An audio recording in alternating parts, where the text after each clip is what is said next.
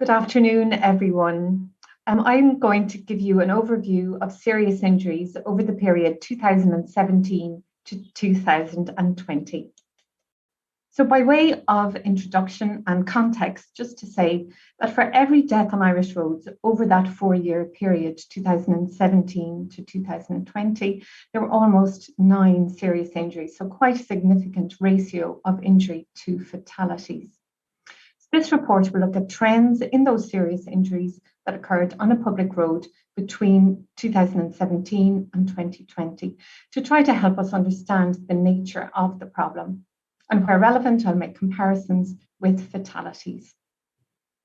Just to say that while the RSA has access to coronial data on contributory factors to road traffic fatalities, similar data for serious injuries are not available.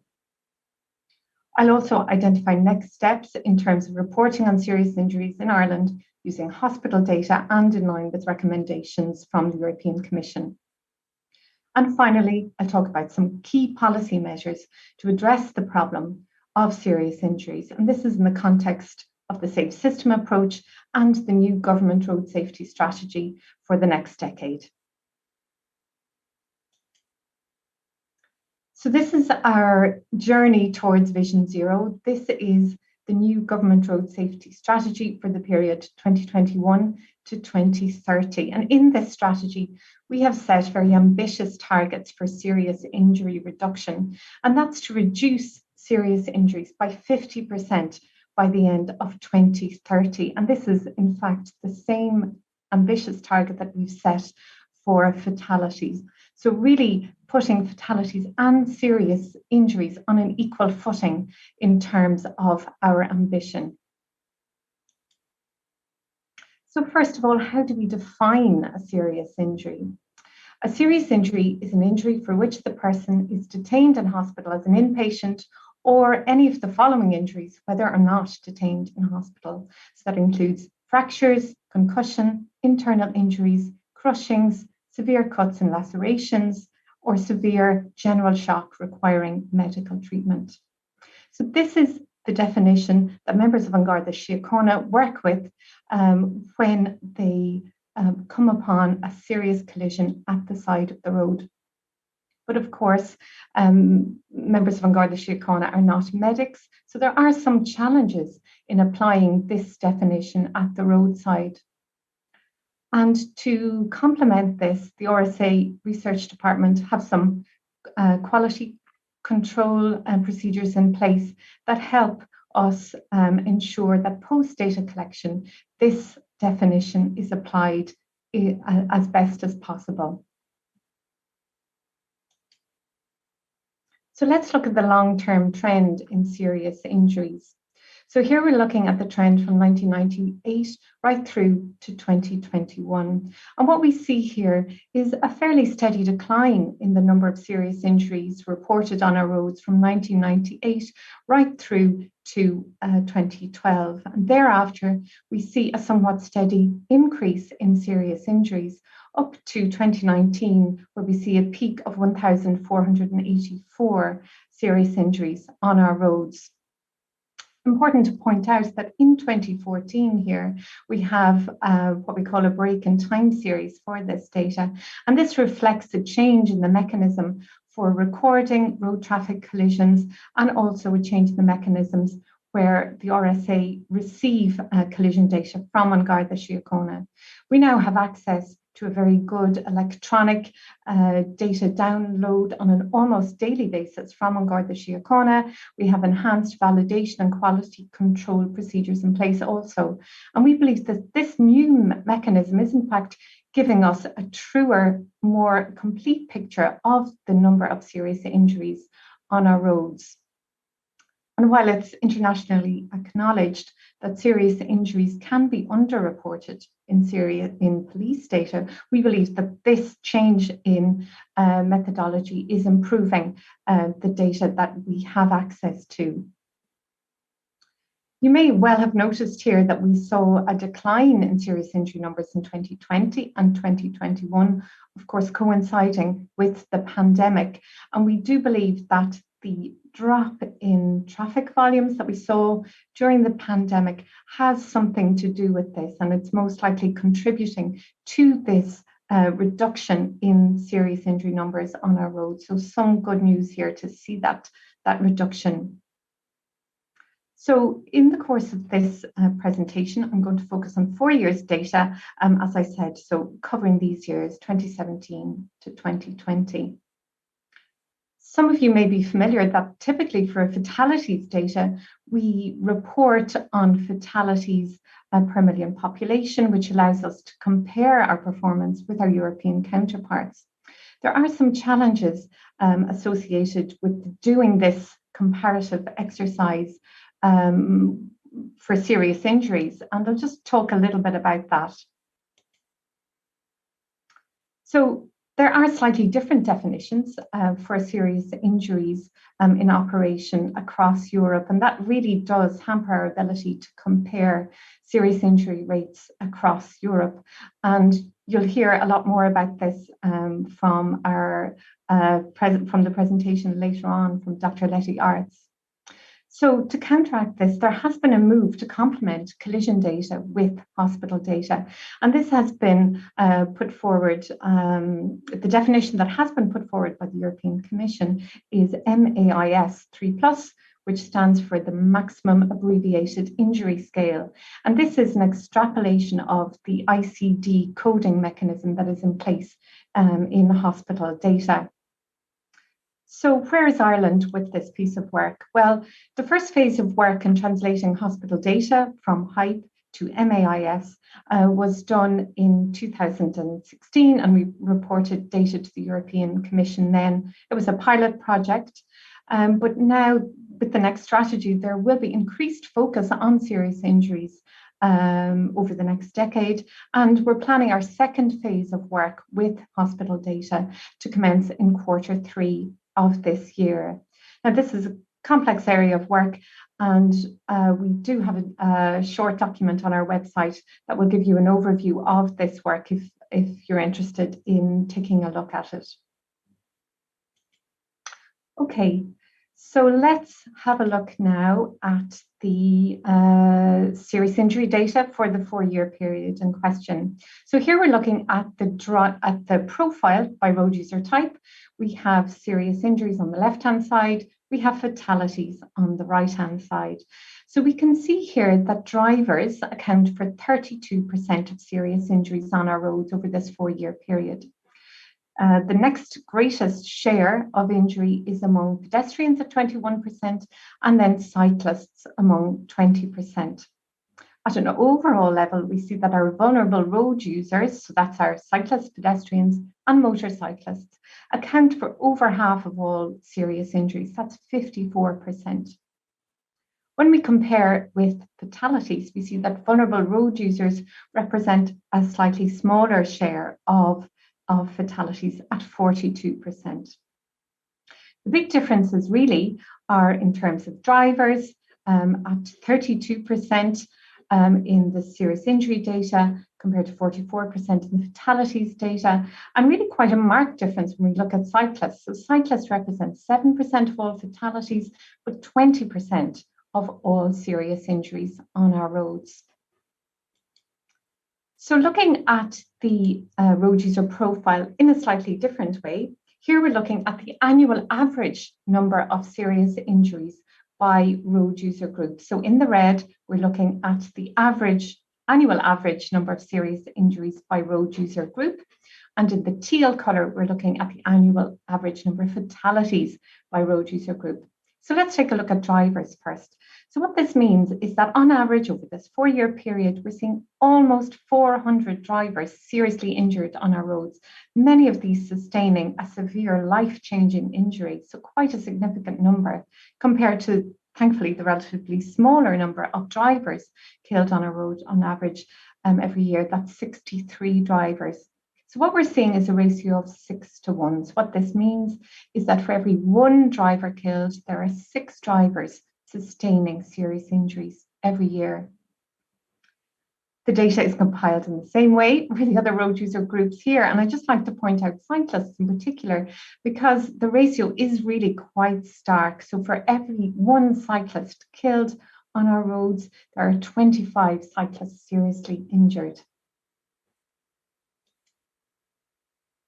So where are these serious injuries occurring on our roads? Well, when we talk about location, typically we look at rural roads and urban roads. So here we define a rural road for the purposes of this presentation as a road with a speed limit of 80 kilometres or above. An urban road is a road with a speed limit of 60 kilometres or less. So first, let's look at our motor vehicle occupants on the left-hand side, our drivers and passengers. So 3/4 of these driver and passenger serious injuries are occurring on those higher speed roads, on those rural roads. The picture is quite different when we look over here at our vulnerable road users, particularly when you look at cyclists and pedestrians. So at least 8 in 10 of cyclist and pedestrian serious injuries are occurring on urban roads. So those roads around our towns and our villages. And really, and very obviously to point out that obviously our urban areas, they are more densely populated, and there is a greater opportunity for conflict between vulnerable road users and motor vehicle occupants. So this is where speed really comes into play. And it's really important for us all as drivers to obey the speed limit and to reduce our speed. And over the course of the next decade in our new strategy, we do plan on looking at speed limits and in particular expanding the number of 30k zones in our towns and villages to really help address this problem.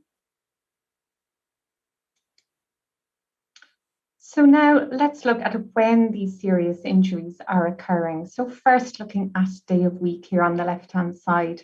So what we see here is really there's no difference across the day of week for serious injuries. It's very consistent picture, about 14% of serious injuries occurring on every day right across the week. And this is in contrast to what we typically see in terms of the pattern for fatalities, where we generally see a peak in fatalities over the course of the weekend from Friday onwards, and particularly on Sunday. When we look at the time of day and we compare serious injuries with fatalities, the main difference that we see is that there are fewer serious injuries occurring from midnight through to the early hours of the morning, but really quite spread across the day otherwise. So now let's have a look at gender. And here we're looking at the gender of all road users seriously injured in collisions on our roads. So we have our motor vehicle occupants here on the left. We have our vulnerable road users on the right-hand side of the graph. So we're looking at males here in the green. We're looking at females depicted here in yellow. And what this is telling us is that with the exception of passengers, all road user groups saw higher proportions of seriously injured males. And this is particularly true for motorcyclists here and for pedal cyclists here. So this is very much a male skew across many of these road user groups. And we also have some data actually from the CSO National Travel Survey, and this shows that males are more likely to take journeys as a driver, whereas females are more likely to travel as a passenger or to walk, and males are somewhat more likely to choose to cycle rather than females. So this is interesting, and it does mean that this pattern in terms of injuries by gender does reflect to some degree the modal choice of males versus females. So it does make sense. So now let's have a look at the age group of those seriously injured. So we have serious injuries on the left, fatalities here on the right. And what this is showing here, that for serious injuries, that 35% of those seriously injured are in the 26 to 45 age category, and 25% are in the 46 to 65 age category, which is broadly similar to what we're seeing in the fatalities data also. Where the differences arise between fatalities and serious injuries is really in the older and the younger age profile.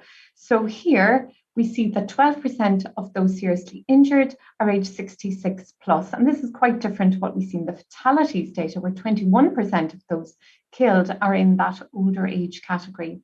And again, this does make sense in that we know, and research tells us, that if an older person is involved in a serious collision, they are less likely to survive that collision. When we look at the younger age, ages, those under 16 represent 8% of those seriously injured, compared to 3% of those who are killed. Those under 16s are more likely to be passengers or indeed pedestrians, and those aged 66 plus are more likely to be drivers or pedestrians. So some difference in the road user profile there. So let's look at the county breakdown. So where are these serious injuries occurring? So here on the map, we're looking at the average annual number of serious injuries by county. And we have a grading key down here to show the greatest number and prevalence. So what we're seeing here is that on average, 373 serious injuries over the last 4 years have occurred in Dublin. So the number one, that's the number one in the rank order, followed then at some remove by Cork, where an average of 136 serious injuries have occurred over the last 4 years. Moving down the ranking then, in the next tranche, we see Donegal, Galway, Kildare and Limerick featuring next. So perhaps no surprise to see Dublin and Cork emerging most strongly here. They are the more densely populated counties. So it's quite interesting then to take a look at the serious injury rates per population. And this table here shows the injury rates by county per 100,000 population. And what this does is it means that Dublin then moves somewhat down the ranking at 28 serious injuries per 100,000 population. Cork also moves down. So the counties where we are seeing the highest injury rates per population are Longford, Donegal, Kerry and Monaghan. So just another interesting way of looking at it. This has given you an overview of some of the high-level trends in our serious injury data. So now I would like to move on and talk a little bit about some of the key policy measures that we are looking at in Ireland to address serious injuries. I mentioned our new strategy earlier on. So as part of this strategy, our journey towards Vision Zero, we have an action plan for phase 1, which runs from 2021 to 2024. And within this action plan, we have identified 50 high impact actions. And we believe that it's these 50 high impact actions which will make the greatest contribution to helping us reach our ambitious targets, 50% reduction in death and serious injury. We also have identified 136 support actions, which will also be instrumental in helping us get there. And these actions are grouped across 7 priority intervention areas, and these align broadly with the safe system approach that I'll talk to in a moment. A key tenet of our strategy is the partnership approach and shared responsibility. So this is a government strategy, not just an RSA strategy. So I'd like to give you some examples of some of these high impact actions contained in the action plan. So the safe system approach, really, this is about taking a lot of the responsibility for road safety away from individual road users and placing responsibility on the system. So it's all about strengthening the system to prevent death and serious injury on our roads. So improving the infrastructure in safe roads and roadsides, to enhancing the safety of vehicles in the safe vehicles intervention area, and also improving our post-crash response. So these 7 areas are our 7 priority intervention areas, and our strategy is built around that, as is our action plan. So I'd like to just give you a couple of examples. So under Safe Roads and Roadsides, we have an action to develop 1,000 kilometres of segregated walking and cycling facilities, because of course, segregating pedestrians and cyclists from motorised traffic will really have an impact and help us reduce our injury rates. There's also an action around increasing the length of the divided road network, and that's really important for the prevention of head-on collisions. The safe speeds intervention area, one of the actions there is to review the framework for speed limits, and in particular to consider and review the implementation of a default speed limit of 30 km for our towns and cities. There's also an action about expanding speed management measures, which is really important. Under safe vehicles then, there is an action to prioritise the safety technology in vehicles enshrined in the General Safety Regulation, and also to develop a national strategy for connected and automated mobility. Under safe road use then, we will prioritise the enforcement of dangerous behaviours and also legislate for polydrug and drug and alcohol use. Under post-crash response, then it's really about implementing the new trauma care strategy. So for example, implementing best practice trauma triage and bypass protocols, and providing trauma care and rehabilitation pathways. Under safe and healthy modes, a couple of examples: increasing funding for active travel infrastructure, and also developing the National Cycle Network Plan. Under safe work-related road use, we'll be improving data sharing to support enforcement, policy development and evaluation, and also encouraging businesses to sign up to the European Road Safety Charter. So that will give you a flavour of some of the actions. So just to summarise in terms of next steps, what the RSA will be doing commencing this year is we'll be developing some spotlight reports for publication on trends in serious injuries by road user group, and these will help us inform our evidence-based interventions. We'll also be commencing collaboration with the HSE and Trinity on reporting serious injuries from hospital data. And critically, we'll be implementing, in collaboration with our partners and road safety stakeholders, phase 1 actions from the government road safety strategy. And just to let you know that the phase 1 action plan and indeed the strategy can be accessed on the RSA website, and I've provided links here in this presentation which will be published on our document for you to have a look at.